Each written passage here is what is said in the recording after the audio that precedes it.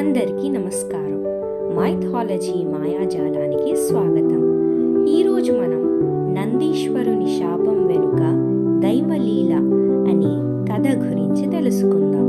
ఒకప్పుడు స్వర్గంలో దేవతలు, ఋషులు, గంధర్వులు అందరూ కలిసి ఓ మహాయాగం నిర్వహించేందుకు సిద్ధమయ్యారు.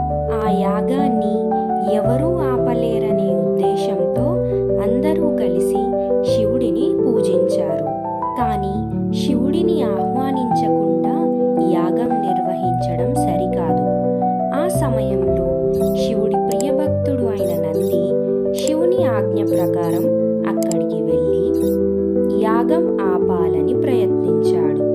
నంది యాగానికి వెళ్ళగానే దేవతలు, ఋషులు, యజ్ఞ నిర్వాహకులు ఆగ్రహంతో అతనిని ఆపడానికి ప్రయత్నించారు. నంది తపనతో, శివుని శక్తితో యాగాన్ని ఆపి శివుని ఆజ్ఞను పాటించాడు. దీంతో యాగ నిర్వాహకులు ఆగ్రహించి నందిని శపించారు. నంది, నువ్వు శివుని భక్తుడిగా గర్వపడి మా యాగాన్ని భగ్నం చేశావు.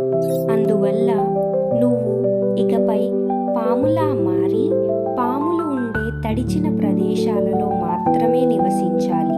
నీ శరీరం మానవులకు దూరంగా ఉండాలి. ఈ శాపం విని నంది విచారించాడు.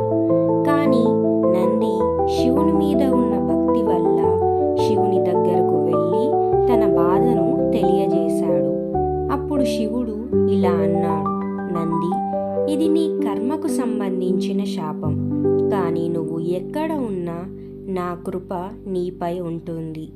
నువ్వు పాము స్వరూపంలో ఉన్న ఆ ప్రదేశం పవిత్రంగా మారుతుంది. నీకు భక్తులు ప్రతిరోజు పూజలు చేస్తారు. నీ భక్తి ఎప్పటికీ అపారమే. ఈ విధంగా నంది శాపాన్ని ధైర్యంగా స్వీకరించి శివుని ఆజ్ఞ మేరకు తన భక్తిని కొనసాగించాడు. ఈ కథ ద్వారా మనం నేర్చుకోవాల్సిన విషయం ఏమిటంటే, మన కర్మ ఫలితాలను ధైర్యంగా స్వీకరించాలి. భక్తి మరియు నమ్మకం మనలను ఎల్లప్పుడూ రక్షిస్తాయి. ఇప్పటి వరకు ఈ వీడియో చూసినందుకు ధన్యవాదాలు. తప్పకుండా ఈ ఛానల్ని లైక్, షేర్ అండ్ సబ్స్క్రైబ్ చేయండి. Thank you.